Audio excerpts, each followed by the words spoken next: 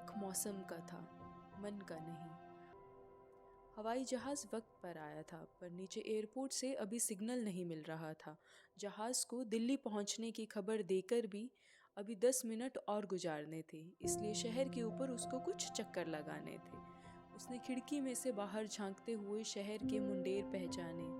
मुंडेर, किले, खंडहर, खेत। क्या पहचान सिर्फ आंखों की होती है? आंखें इस पहचान को अपने से आगे कहीं नीचे तक क्यों नहीं उतारती? उसे ख्याल आया, पर एक धुन जैसी सोच की तरह नहीं, ऐसे ही रहा जाता ख्याल। मुंडेर, किले, खंडहर, खेत, उसने कई देशों के देखे थे। हर देश में इन चीज़ों के यही नाम होते हैं, चाहे हर देश में इन चीज़ों का अलग अलग इतिहास होता है। इनके रंग, इनके कद, इनकी मुंह मुहार भी अलग अलग होती है, एक इंसान से अलग दूसरे इंसान की तरह। पर फिर भी इंसान का नाम इंसान ही रहता है। मुंडेरों का नाम भी मुंडेर ही रहता है, किले का नाम भी किला ही। सिर्फ एक हल्का सा फर्क था। हर देश में इन चीज़ों को देखते वक्त एक ख्याल सा रहता था कि वह इन्हें पहली बार देख रहा था। पर आज अपने देश में इन्हें देखकर उसे लग रहा था कि वह इन्हें दूसरी बार देख रहा था। और उसे ख्याल आया, अगर वह फिर कुछ दिनों बाद परदेश गया तो वहाँ जाकर उन्हें देखकर भी इसी तरह लगेगा कि वह उनको दूसरी बार देख रहा है, बिल्कुल आज की तरह। यह देश और परदेश का फ़र्क नहीं था, यह सिर्फ पहली बार और दूसरी बार देखने का फ़र्क था। जहाज़ ने लैंड किया, एयरपोर्ट भी जाना पहचाना सा लगा, दूसरी बार देखने की तरह। इससे ज़्यादा उसके मन में कोई सीख नहीं था। ओवरकोट उसके हाथ में था, गले का स्वेटर भी उतारकर उसने कंधे पर रख लिया। सेक मौसम का था, मन का नहीं। कस्टम में से गुजरते वक्त उसे एक फॉर्म भरना था कि पिछले 9 दिन वह कहाँ कहाँ रहा था।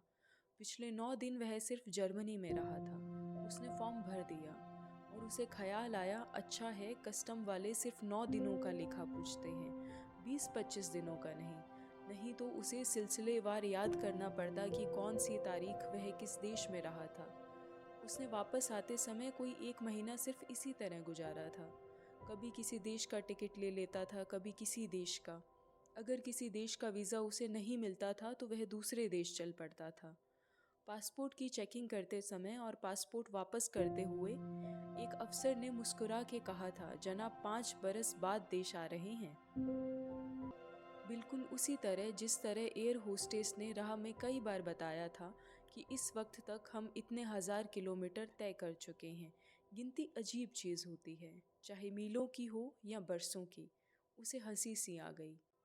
जहाज़ में से उसके साथ उतरते हुए लोगों को लेने आए हुए लोग हाथ मिलाकर भी मिल रहे थे और गले में बाहें डालकर भी मिल रहे थे। कईयों के गलों में फूलों के हार भी थे। पसीने की और फूलों की गंध से शायद एक तीसरी गंध और भी होती है, उसे ख्याल आया। पर तीसरी गंध की बात उसे एक थीसिस लिखने के बराबर लगी। वह अभी अभी एक परदेसी जबान सीखकर और उसके लिटरेचर पर थीसिस लिख के एक डिग्री लेकर आया था।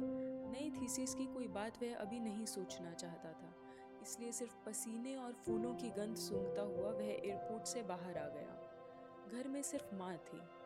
जाते वक्त बाप भी था, छोटा भाई भी और एक लड़की। नहीं, वह लड़की घर में नहीं थी, वह सिर्फ उसी दिन उसके जाने वाले दिन आई थी। माँ को सिर्फ ऐसे ही कुछ घंटों के लिए भ्रम हुआ था कि वह लड़की, छोटा भाई ब्याह करके अब दूसरी नौकरी पर रहता था, घर में नहीं था। बाप अब इस दुनिया में कहीं नहीं थे, इसलिए घर में सिर्फ माँ थी। कई चीज़ें अंदर से बदल जाती है, पर बाहर से वही रहती है। कई चीज़ें बाहर से बदल जाती है, पर अंदर से वही रहती है। उसका कमरा बिल्कुल उसी तरह था। उसका पीला गलीचा, उसकी खिड़की के टसरी पर्दे, उसकी मेज पर पड़ा हुआ हरी धारियों का फूलदान और दहलीज में पड़ा हुआ एक गहरा खाकी पायदान। चांदनी का पौधा भी उसकी खिड़की के आगे उसी तरह खिला हुआ था। पर पहले इस सब कुछ की गंध दीवारों की ठंडी गंध के समेत उसके साथ लिपट सी जाती थी। और अब उसे लगा कि वह उसके साथ लिपटने से सकुचाती सिर्फ उसके पास से गुजरती थी और फिर परे हो जाती थी। पता नहीं उसके अंदर कहाँ क्या बदल गया था। माँ कश्मीरी सिल्क की तरह नरम होती थी और तनी सी भी। पर उम्र ने उसे जैसे घोंसा दिया था। वह सारी की सारी सिकुड़ गई लगती थी। माँ से मिलते वक्त उसका हाथ माँ के मुंह पर ऐसे चला गया था जैसे उसे हथेली से मांस की सारी सिकुड़न निकाल देनी है। माँ की आवाज़ भी बड़ी धीमी और क्षीण सी हो गई लगती थी। शायद पहले उसके आवाज़ का जोर उसके कद जितना नहीं, उसके मर्द के कद जितना था, और उसके बिना अब वह नीचा हो गया था, मुश्किल से उसके अपने कद जितना। जब उसने बेटे का मुंह देखा था, उम्र की आंखें उसी तरह सजग हो उठी थी जैसे हमेशा होती थी। उसके सीने की सांस उसी तरह उतावली हो गई थी जैसे हमेशा होती थी। वह कहीं किसी जगह बिल्कुल वही थी जो हमेशा होती थी, सिर्फ उसके बाहर बहुत कुछ बदल गया था। मुझे पता था तो आज या कल किसी भी दिन अचानक आ जाएगा, माँ ने कहा। उसने अपने कमरे में लगे हुए ताजे फूलों को देखा और फिर माँ की तरफ। माँ की आवाज़ सकुचा सी गई। यह तो मैं रोज़ ही रखती थी। रोज़ कितने दिनों से? वह हंस पड़ा। रोज़। माँ की आवाज़ उसके जिस्म की तरह और सिकुड़ गई। जिस दिन से तू गया था। 5 वर्षों से? वह चौंक सा गया। माँ सकुचाहट से बचने के लिए रसोई में चली गई थी। उसने जेब में से सिगरेट का पैकेट निकाला, लाइटर पर उंगली रखी तो उसका हाथ ठिठक गया। उसने माँ के सामने आज तक सिगरेट नहीं पी थी। माँ ने शायद उसके हाथ में पकड़ा हुआ सिगरेट का पैकेट देख लिया था। वह धीरे से रसोई में से बाहर आकर और बैठक में से ऐश ट्रे लाकर उसकी मेज पर रख गई। उसे याद आया, छोटे होते हुए माँ ने उसे एक बार चोरी से सिगरेट पीते देख लिया था और उसके हाथ से सिगरेट छीनकर खिड़की से बाहर फेंकती थी। माँ शायद वही थी, पर वक्त बदल गया था। माँ फिर रसोई में चली गई। वह चुपचाप सिगरेट पीने लगा। मुझे पता था तू आज या कल किसी भी दिन आ जाएगा। उसे माँ की अभी कही गई बात याद आई और उसके साथ मिलती जुलती एक बात भी याद आई। मुझे पता लग जाएगा जिस दिन तुम्हें आना होगा, मैं खुद उस दिन तुम्हारे पास आ जाऊंगी। बहुत देर हुई। जब वह परदेश जाने लगा था, उसे एक लड़की ने यह बात कही थी। उस लड़की से उसकी दोस्ती पुरानी नहीं थी, जानकारी पुरानी थी, दोस्ती नहीं थी। पर 5 वर्षों के लिए परदेश जाने के वक्त जाने की खबर सुनकर अचानक उस लड़की को उसके साथ मोहब्बत हो गई थी। जैसे जहाज में बैठे किसी मुसाफिर को अगले बंदरगाह पर उतर जाने वाले मुसाफिर से अचानक ऐसी तार जुड़ी सी लगने लगती है कि पलों में वह उसे बहुत कुछ दे देना और उससे बहुत कुछ ले लेना चाहता है। और ऐसे वक्त पर बरसों में गुजरने वाला पलों में गुजरता है। उसने यह गुजरना देखा था, अपने साथ नहीं, उस लड़की के साथ। तुम्हारा क्या ख्याल है? मैं जो कुछ जाते वक्त हूँ वही आते वक्त होऊंगा, उसने कहा था। मैं तुम्हारी बात नहीं कहती, मैं अपनी बात कहती हूँ, लड़की ने जवाब दिया था। तुम यही होगी, यह तुम्हें किस तरह पता है? लड़कियों को पता होता है। तो लड़कियां बावरी होती हैं? वह हंस पड़ा था, लड़की रो पड़ी थी।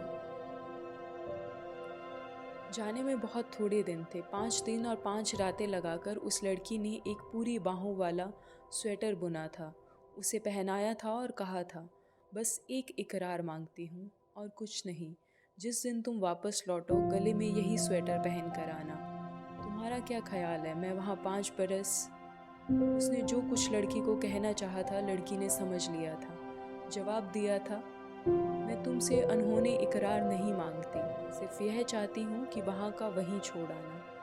वह कितनी देर तक उस लड़की के मुंह की तरफ देखता रहा था और फिर उसको यह सब कुछ एक अनादी औरत का अनादी छल लगा था। वह बेवफाई की छूट दे रही थी, पर उस पर वफा का भार लाद कर कह रही थी, मैं तुम्हें खत लिखने के लिए भी नहीं कहूँगी, सिर्फ उस दिन तुम्हारे पास आऊँगी जिस दिन तुम वापस आओगे। तुम्हें किस तरह पता लगेगा मैं किस दिन वापस आऊँगा? उस लड़की को टीज करने के लिए उसने कहा था और उसने जवाब दिया था, मुझे पता लग जाएगा जिस दिन तुम्हें आना होगा। उस दिन वह हंस दिया था।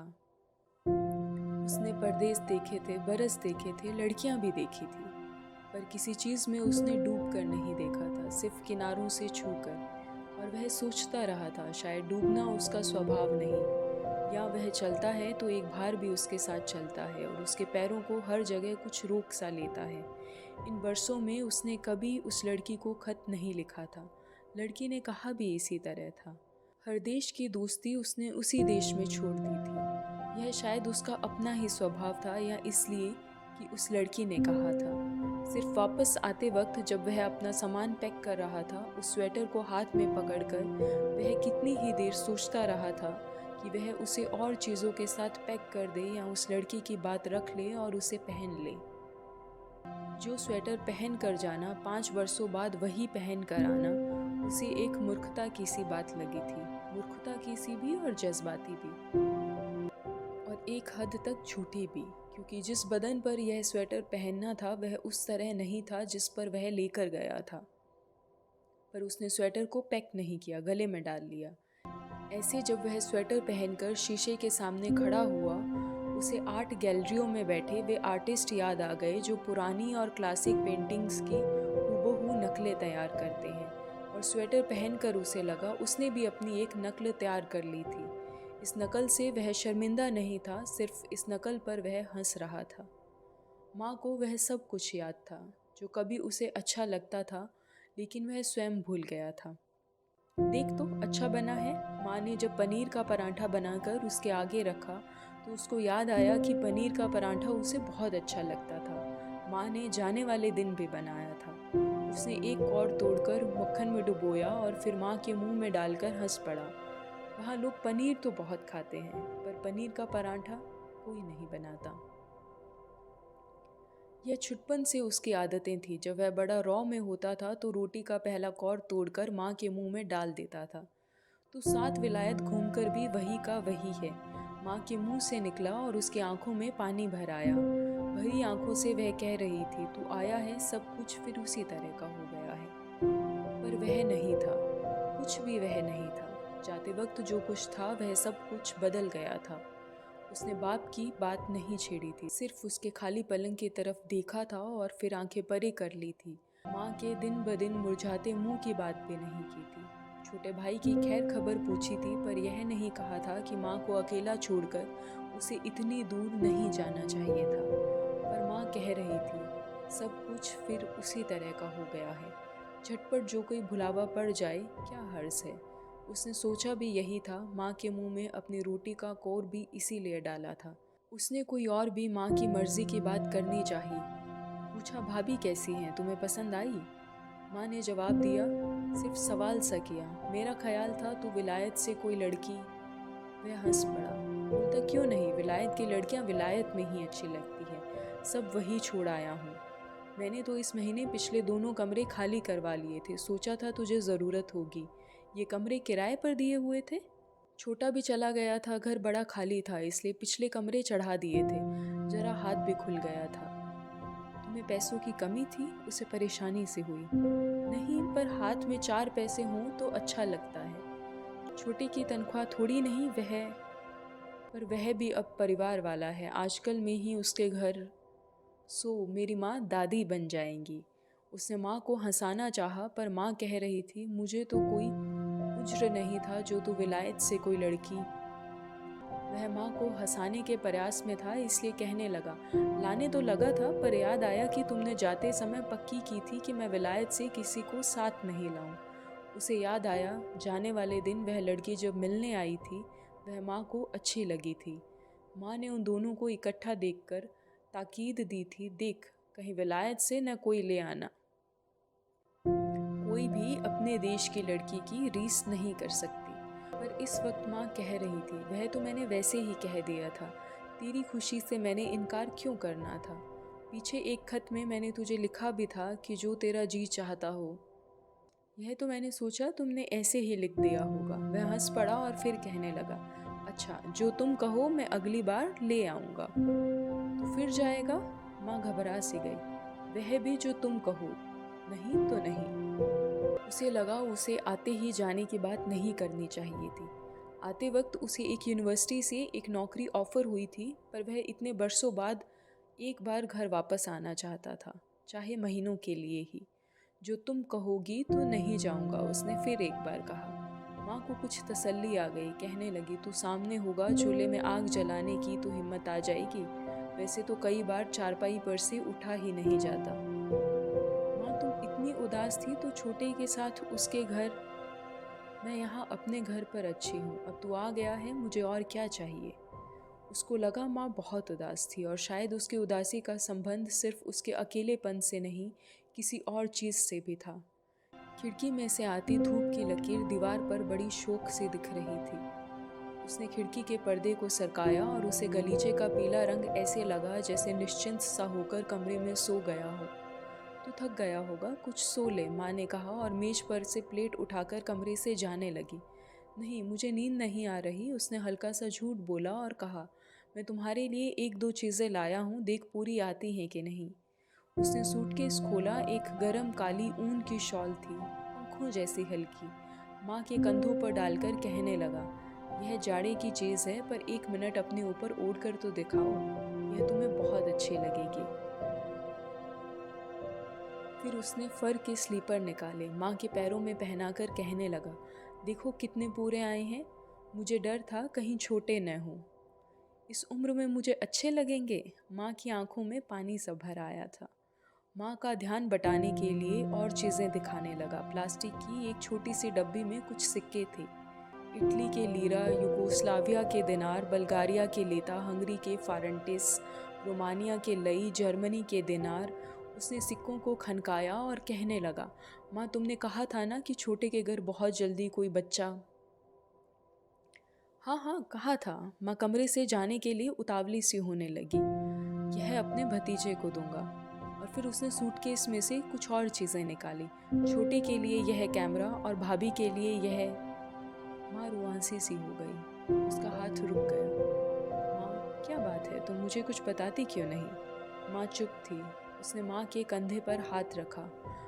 माँ को कोई कहीं कसूरवार लगता था, पता नहीं कौन, और सोच सोच कर उसे अपना मुंह ही कसूरवार लगने लगा था। उसने एक विवशता से उसकी तरफ देखा। माँ तुम कुछ बताना चाहती हो पर बताती नहीं। वह लड़की, कौन सी लड़की जो तुझे उस दिन मिलने आई थी, जिसने तेरे लिए एक स्वेटर। हाँ, क्या हुआ उस लड़की को।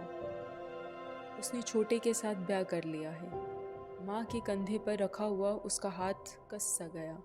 एक पल के लिए उसे लगा कि हाथ ने कंधे का सहारा लिया था, पर दूसरे पल लगा कि हाथ ने कंधे को सहारा दिया था और वह हंस पड़ा। सो वह मेरी भाभी है।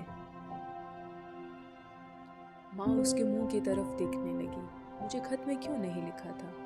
क्या लिखती। यह उन्होंने कोई लिखने वाली बात की थी। छोटे ने सिर्फ ब्याह की खबर दी थी और कुछ नहीं लिखा था। दोनों शर्मिंदा तुझे क्या लिखते। खुले सूटकेस के पास जो दूसरा बंद सूटकेस था, उस पर उसका ओवरकोट और वह स्वेटर पड़ा हुआ था जो उसने सुबह आते वक्त पहना था। वह एक मिनट स्वेटर की तरफ देखता रहा। स्वेटर गुच्छा सा होकर अपने आप को ओवरकोट के नीचे छिपाता सा लग रहा था।